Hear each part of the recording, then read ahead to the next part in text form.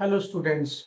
Today we will discuss an important international issue called nuclear proliferation. We will cover the issue of nuclear proliferation in two parts. In the first part, we will be discussing about the general understanding of the issue of nuclear proliferation. In the second part of the lecture, we will cover the problem of nuclear proliferation both in the Cold War and in the post-Cold War period. So let us start with our first lecture, that is the issue of general trends on the question of nuclear proliferation. Now let us start our general understanding on the issue of nuclear proliferation. We will proceed with this lecture in this way. First, we'll discuss about the background of the whole issue of nuclear proliferation.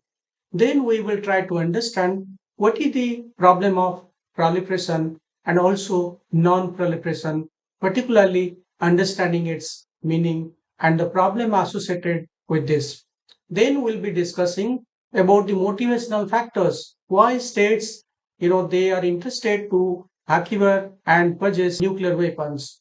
Then we will discuss why some states, despite possessing the nuclear weapons, they have renounced their nuclear program or they have decided not to further proceed with their nuclear weapons program. Then we will discuss the reasons for nuclear weapons non-use. Nuclear weapons were only twice used, during the Second World War, particularly in 1945 by the United States against Japan. But after that, during the last 70-75 years, there has not been a single instance when nuclear weapons has been used by any state against the other state.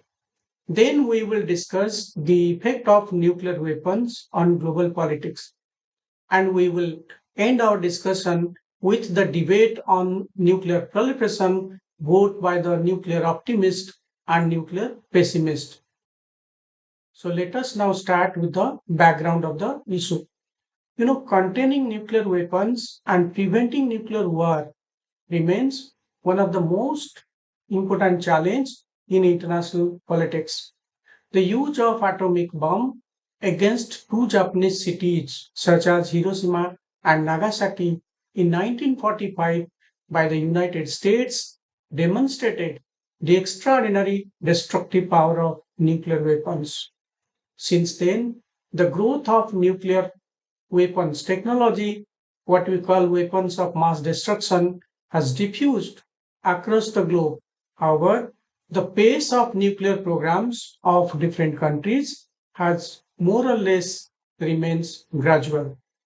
Today, there are only 9 nuclear weapon states. Out of those 9 states, 5 are officially recognized as nuclear weapon states, and other 4 countries like India, Pakistan, and North Korea, those who have demonstrated their nuclear capability through nuclear explosions, so they are not officially recognized as nuclear weapon state. And one state, Israel, it has neither denied nor confirmed of possessing, the nuclear weapons capability. So, unofficially there are 4 nuclear weapon states, and officially there are 5 nuclear weapon states, total 9. Globalization and the end of the Cold War, however, have introduced new and complex challenges related to the issue of nuclear proliferation. These include the continued debate over the conflict-prone nature of global and regional order, as we can see between Iran and Israel now, or the Russia-Ukraine war.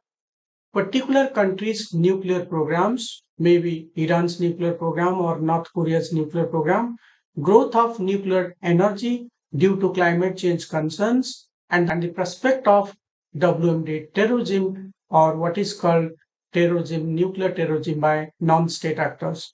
As proliferation challenges have evolved, so have international efforts to address them. The issue is a major one because if there is a nuclear terrorism or nuclear war, so that may destroy the whole world. So in that perspective, the issue of nuclear proliferation and how to combat the problem of proliferation, these are important issues in international politics.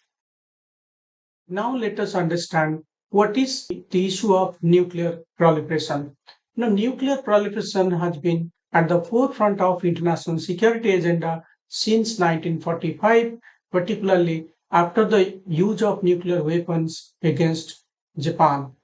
Proliferation refers Proliferation refers to the spread of nuclear weapons and other WMD technologies and systems to other states or non-state actors. So we have to understand the issue of proliferation not just between the states, but between the states and non-state actors.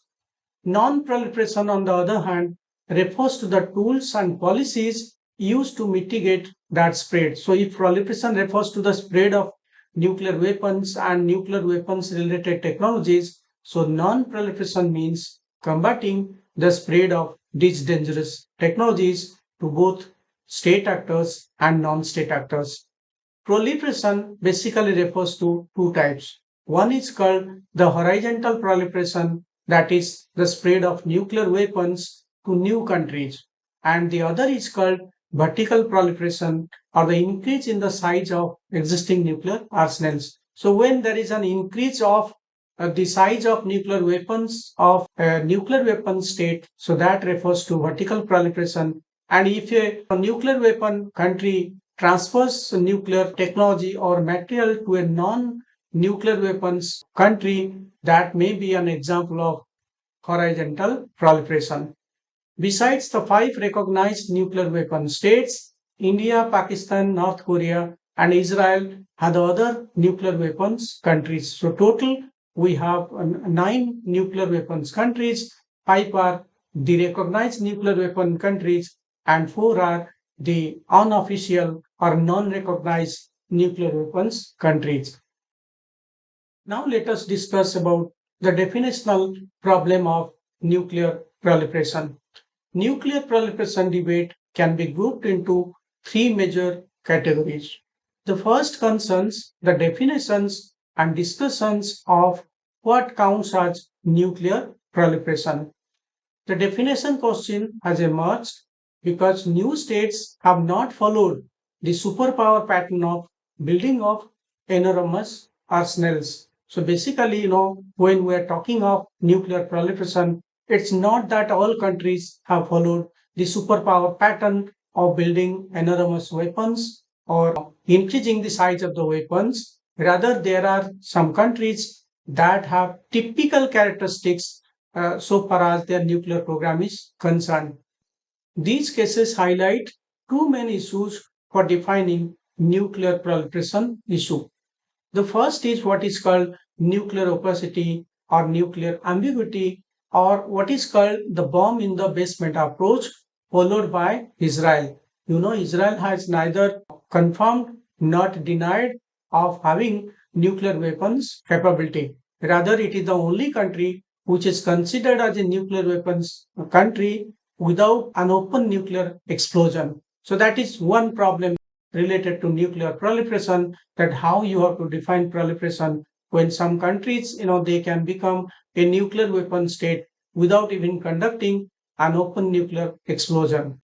The second is what is called latent nuclear capacity, or a country possessing fissile material, technical ability, and knowledge to assemble a nuclear weapons at a short notice, but it has decided not to do that.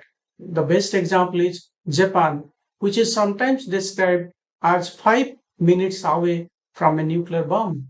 Japan is a technologically and industrially an advanced country. It has all the fissile material to make the bomb, but it has not decided to have a bomb because of historical reasons.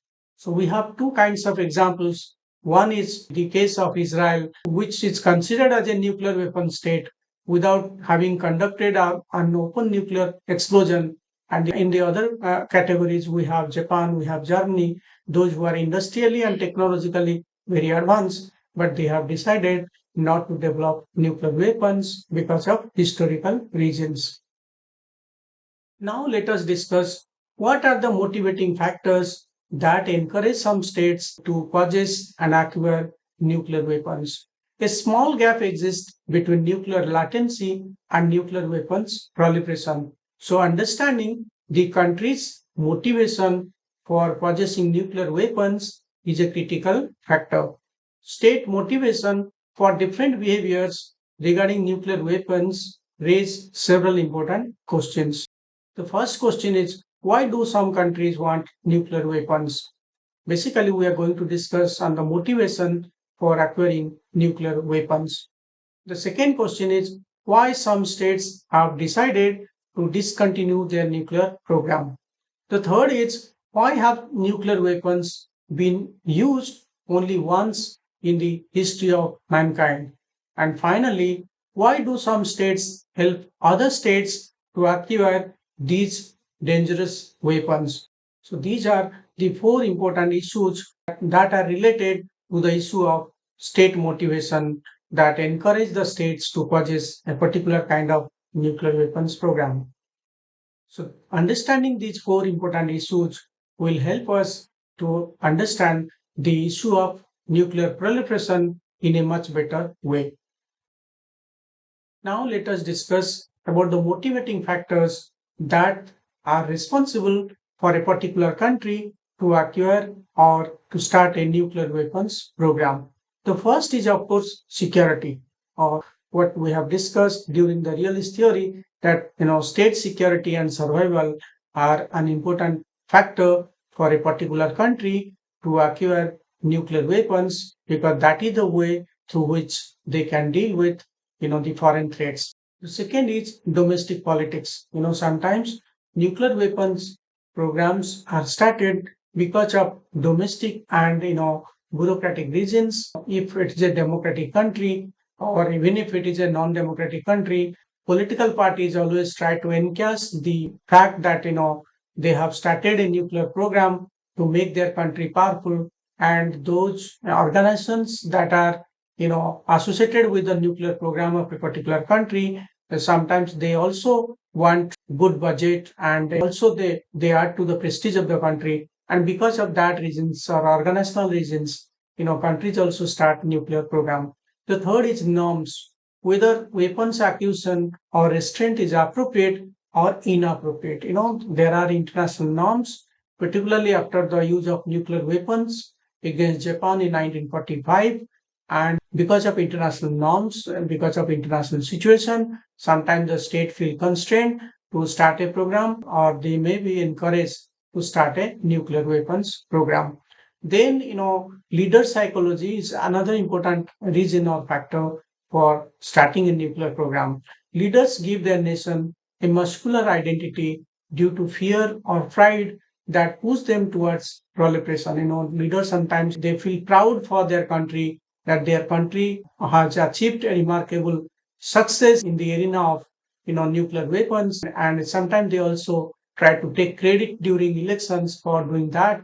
So leader psychology, particularly if there are nationalist political parties, they will always try to make their country muscular, and that may be a reason why a particular country starts a nuclear weapons program.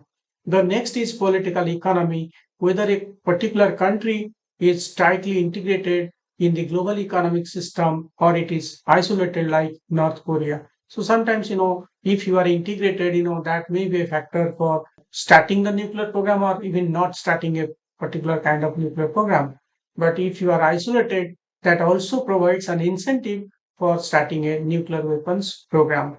Then strategy culture is also considered as an important factor for encouraging proliferation. If your culture is something that is based on maximization of power, so you will feel encouraged to start a nuclear program.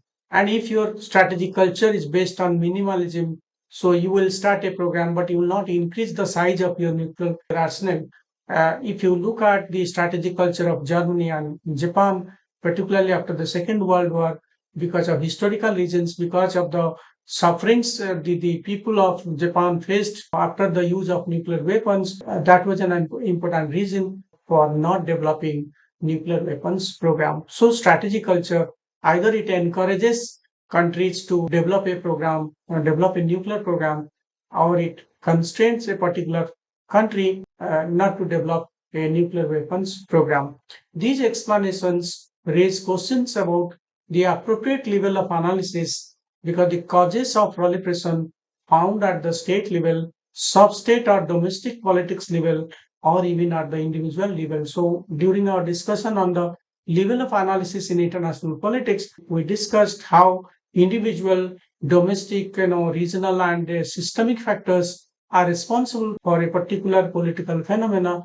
And in this case of nuclear proliferation, we can also use the same level of analysis, maybe at the role of the individual, role of the domestic politics or regional security situation, or even global security environment as a factor for particular states to develop nuclear weapons program or to start a nuclear weapons program or not to start a nuclear weapons program. So level of analysis may help us to understand and know about a particular country's decision whether to have a nuclear program or not to develop a nuclear program. Now the question is why some countries, despite starting their nuclear weapons program, have decided to stop them.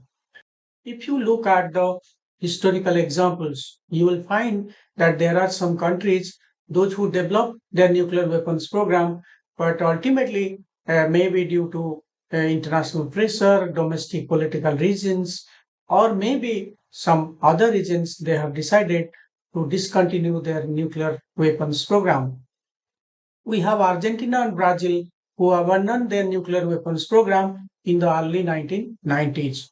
Then another case is Libya, which declared its intention to renounce nuclear weapons.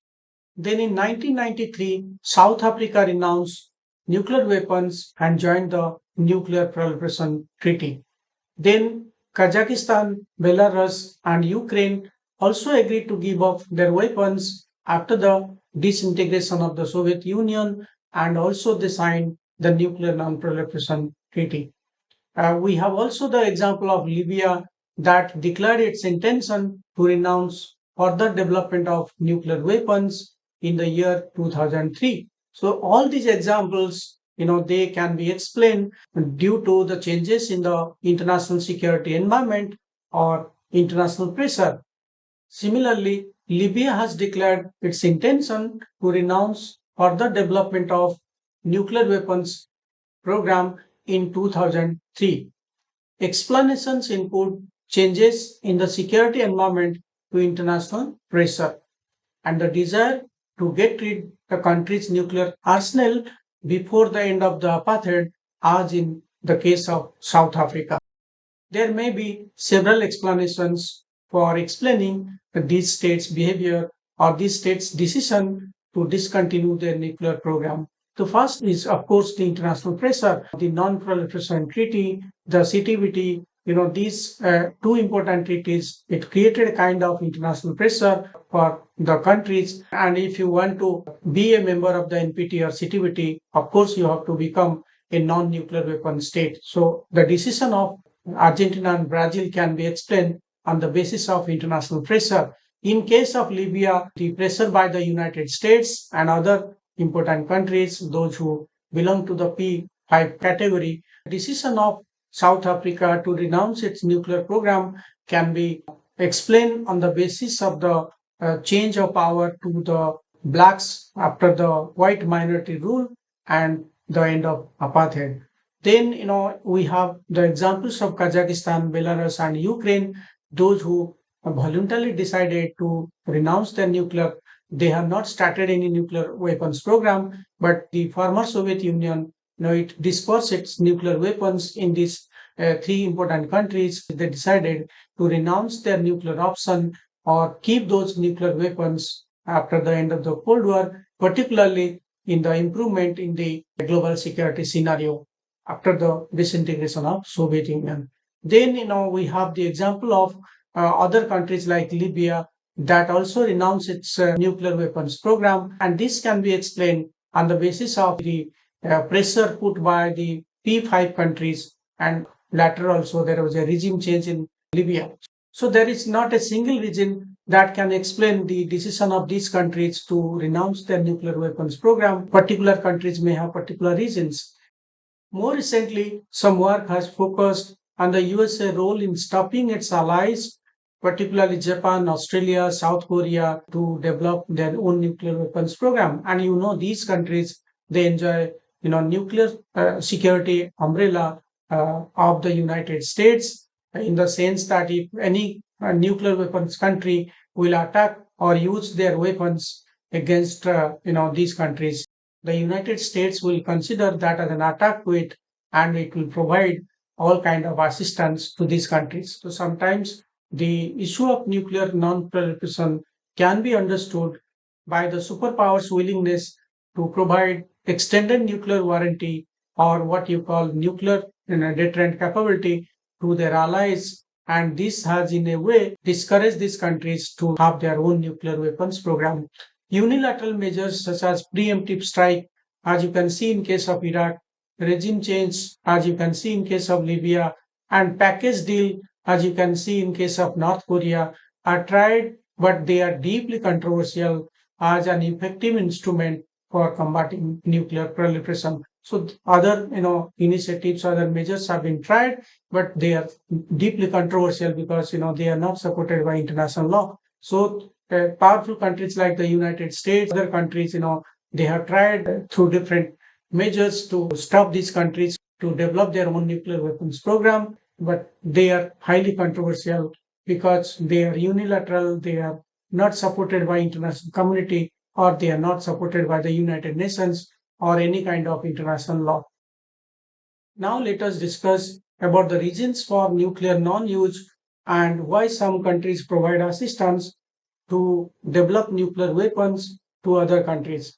Despite a number of reasons for acquiring nuclear weapons, no country has ever used nuclear weapons since 1945. So, in fact, the use of nuclear weapons by the United States against Japan is considered as the first and last example of nuclear weapons used against a particular country or its population.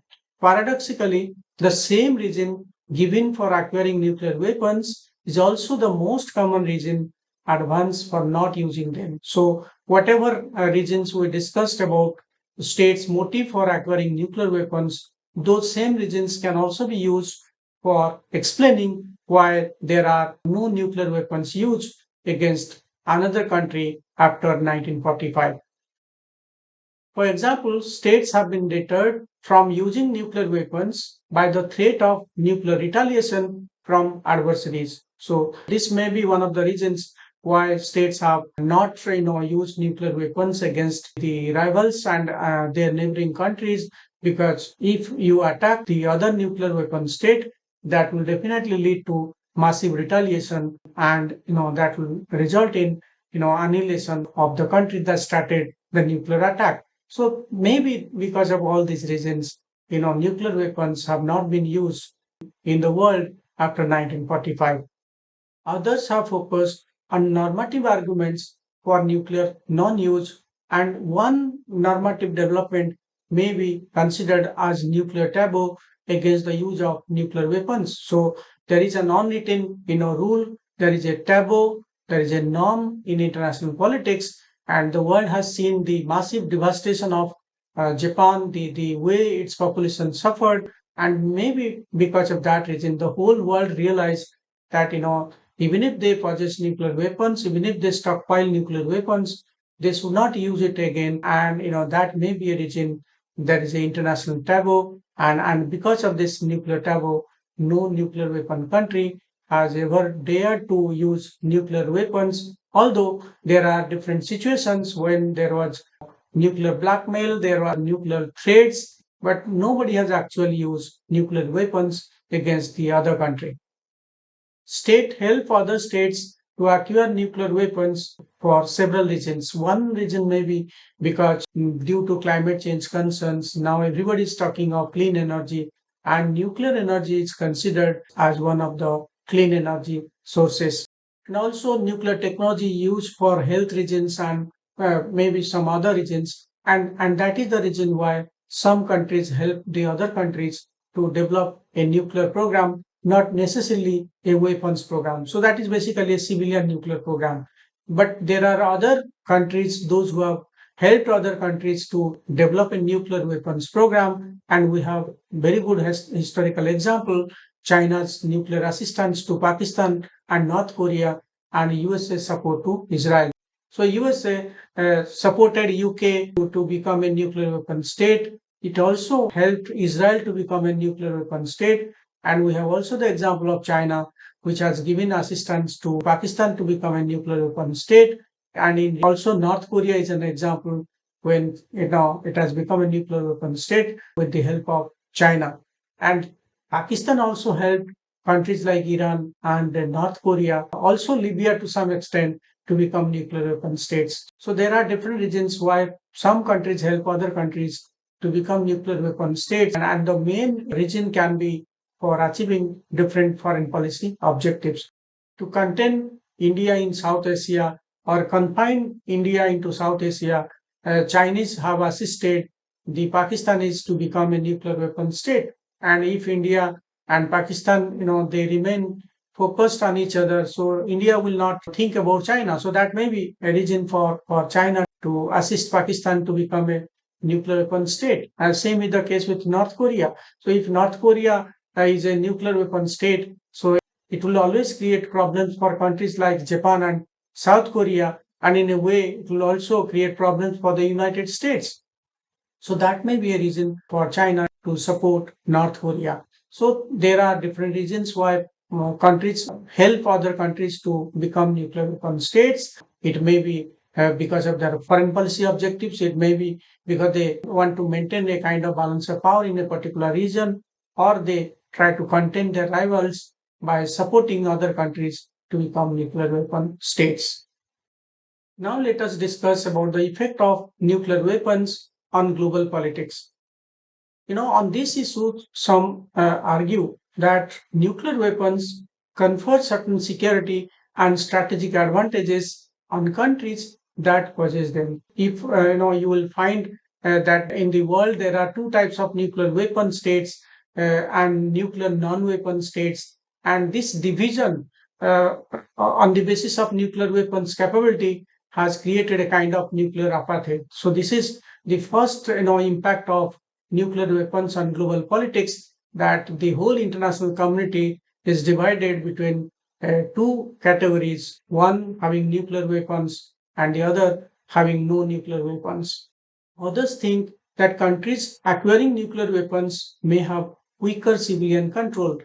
This particular concern is raised by countries like the United States and its allies, that countries like Pakistan and North Korea, they have a weaker civilian control, and this may encourage these countries to use nuclear weapons against their neighboring countries in future. So this is again another concern, and this may seriously affect the world politics in future.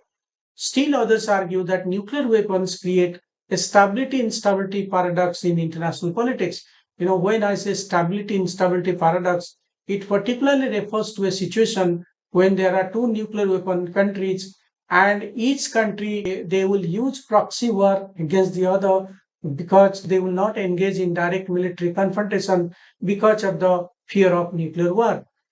I can give the example of Pakistan, that after acquiring the nuclear weapons capability, how it used terrorism as a low cost weapon against India, what they call bleeding India by 1,000 times. So the point is, when a particular country is using, low cost terrorism option against the other country, so because of this low cost terrorism option exercised by Pakistan, India felt strategically constrained, especially despite having superior conventional military capability. It could not take any action against Pakistan despite the Islamabad engaged in terrorist attack in India.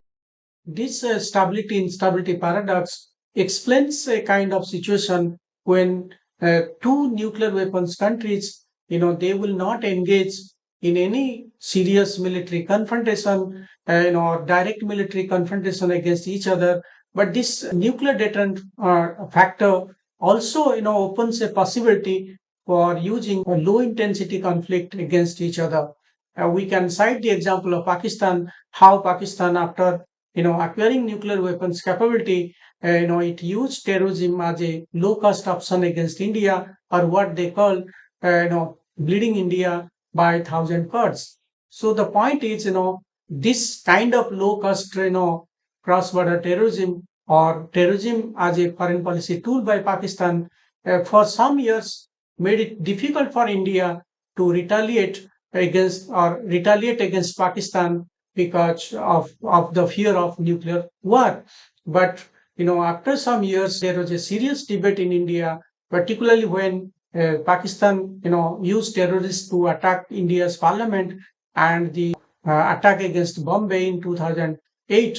There was a serious discussion in India. There was a serious debate in India about the kind of military paralysis that the country was undergoing. And this was reflected in Indian actions like Uri and Balakot that particularly made it clear to Pakistan that in case it engages or indulges in any kind of terrorist activity against India, that would henceforth be costly for that particular country. That may explain the absence of any big terrorist attack by Pakistan against India. So the division of the world between nuclear hubs and have-nots and the question of weaker civilian control over the military that may encourage nuclear weapons use in future, and also the issue of stability and instability paradox explain the important factors that may affect global politics. And the stability instability factor explain the impact of nuclear weapons on global politics. Now let us cover the debate between the nuclear optimist and nuclear pessimist about the question of nuclear proliferation. The best place to find them is in Kurt Sagan and Kenneth Walter's book, The Spread of Nuclear Weapons, a Debate. According to Kenneth Walters, gradual nuclearization will contribute to stability because the new nuclear weapon states will feel the constraints that the established nuclear weapon states have experienced. So if there are more nuclear weapon states, so they will learn from the experience of the established nuclear weapons countries, and they will not involve themselves in nuclear arms race. They will think about nuclear deterrence. They will think about right kind of nuclear safety and security measures. And in a way, possession of nuclear weapons will also constrain their military behavior. So they will not be free to start a conflict or launch a war because of the presence of nuclear weapons. Thus, the likelihood of war decreases as deterrent and defensive capabilities increase. So, according to Walters, more is better. So, that is the perception of Walters that if more and more nuclear powers would be there. So, according to Walters, if there are new nuclear weapon states, so their security will be strengthened, their survival will be strengthened, their power position will be strengthened, and in a way that is better for global safety and security. So, in a way, he supports the concept that more is better. Taking a different position from Kenneth Walters, Sagan argues that more may be worse, and he suggests that professional military organizations display organizational behavior that are likely to lead to deterrence failures. So sometimes, because of nuclear command failure, nuclear control failure, so organizational rivalries, organizational, vested interest, that may encourage some countries to engage in accidental nuclear warfare, and that may be a reason why he thinks that if there are more nuclear weapons countries, that may be a problem for global peace and security. So weak civilian control over the military will make it difficult to control the military's conflict-prone behavior. So as we have discussed in case of Pakistan and North Korea, there is less, civilian control over the military, and that may encourage the military to indulge in, conflict-prone behavior, as we have seen in case of Pakistan during the Kargil conflict, and or its support to terrorists and using terrorism as a low-cost foreign policy option against India. So, according to Sagan, the risk of nuclear accidents and conflict between nuclear armed states makes the spread of nuclear weapons undesirable. So, in short, Sagan is not in favor of nuclear proliferation. Rather, he thinks that if there is much nuclear proliferation that may seriously endanger world peace and security. So because of that reason, he is against proliferation. So we have discussed the nuclear proliferation issue, particularly its definition, particularly the kind of problems there are in understanding nuclear weapons proliferation issue. Let us summarize what we have discussed so far. First of all, we discussed that containing the spread of nuclear weapons and preventing nuclear war remains one of the single greatest challenges facing the international community today. Globalization and end of the Cold War, however, introduced new and complex challenges related to nuclear proliferation. While proliferation refers to the spread of nuclear weapons and other WMD technologies and systems to other states and non-state actors, non-proliferation refers to tools and policies used to mitigate that spread. Proliferation is of two types: horizontal proliferation, that is the spread of nuclear weapons to new countries, and vertical proliferation, that refers to the increase in the size of existing nuclear arsenals in the countries possessing those weapons. We also discussed nuclear proliferation issue in three major heads. First, the definitions and discussion of what counts as nuclear proliferation. Second, the state motivations for different behaviors regarding nuclear weapons. And third and finally, the effects of nuclear weapons on global politics, especially the debate between the nuclear optimist and nuclear pessimist led by Kenneth Walters on the one hand and Scott Sagan on the other.